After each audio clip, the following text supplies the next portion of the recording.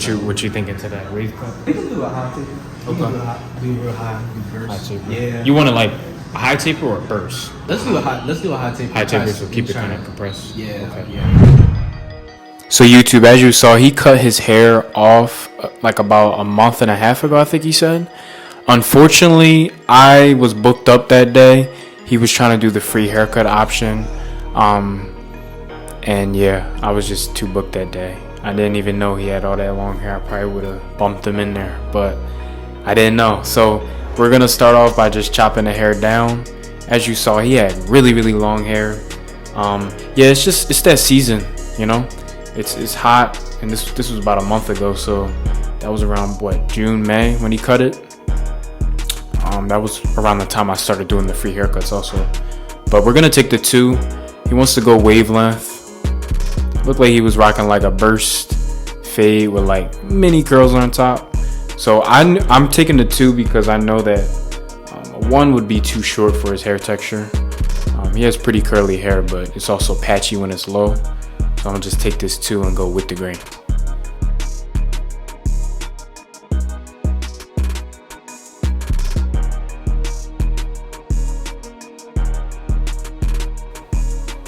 Now after I do the 2, I'm gonna just smooth it down with the 1.5 guard. And I went ahead and washed his hair. Didn't show it on camera, but I washed it, made sure it was laid nicely. And of course, use conditioner. That's important.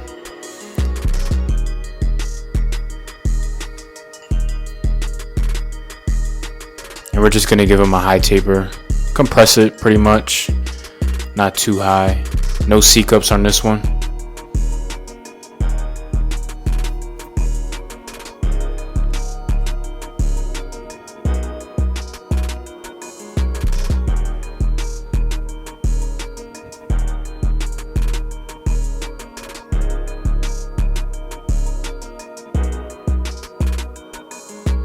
And just to let everyone know, I am going to be raising my prices very soon, just due to limited availability. You know, I like to think of it as, you know, in order to grow a business, you have to get new clientele, in my opinion. If you're just keeping the same clientele, you're just maintaining a business. But to grow a business, a service-based business, in my opinion, you got to bring new people in, be able to generate new people in. So once you're fully booked and no new people can get in, your business is going to become stagnant, you know? And my business isn't surrounded around cutting a bunch of people. It's about cutting the right people and getting content. That's my main focus, is getting content. So I'm still going to have the free haircut option, but I will be going to about $100 a haircut just due to my, you know, availability and limited schedule. So for the back taper, we're going to be doing the same thing.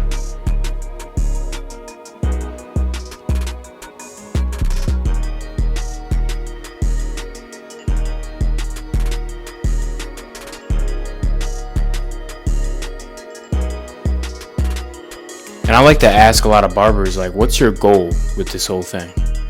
Do you want to be cutting when you're 40? I don't. Maybe for fun.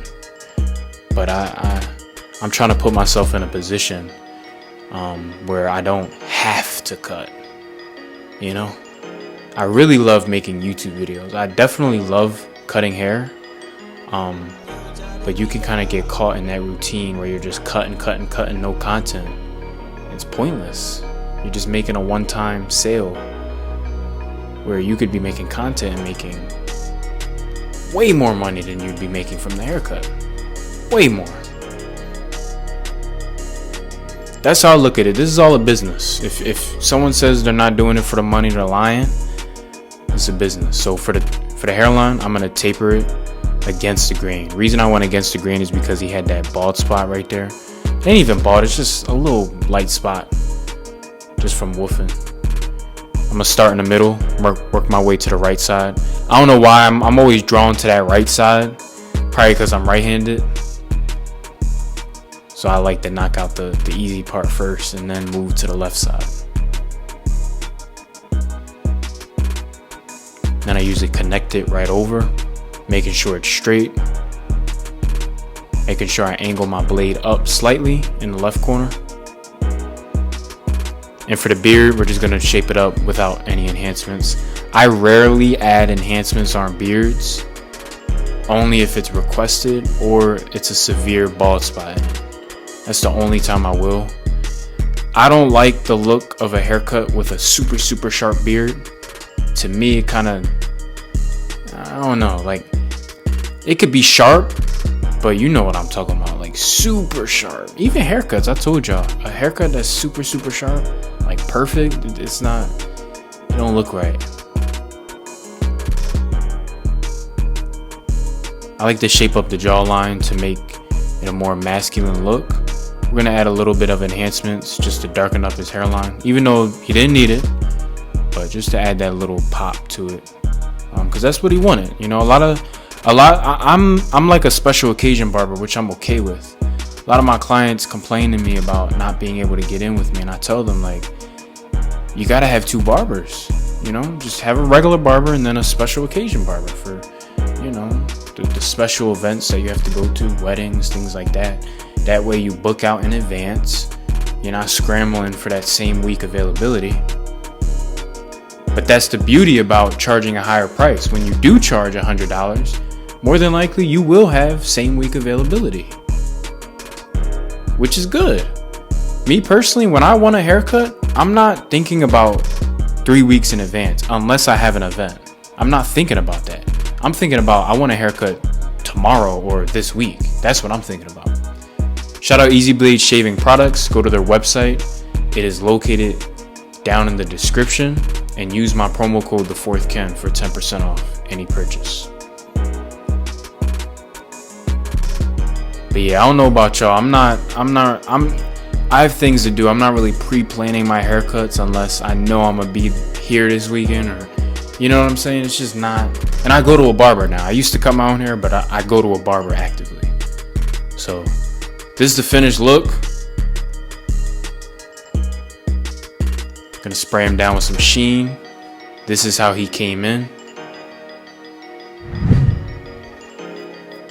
And this is how he's leaving. Clean. That's a tight mid fade. I meant high taper, I'm tripping. It's your boy 4.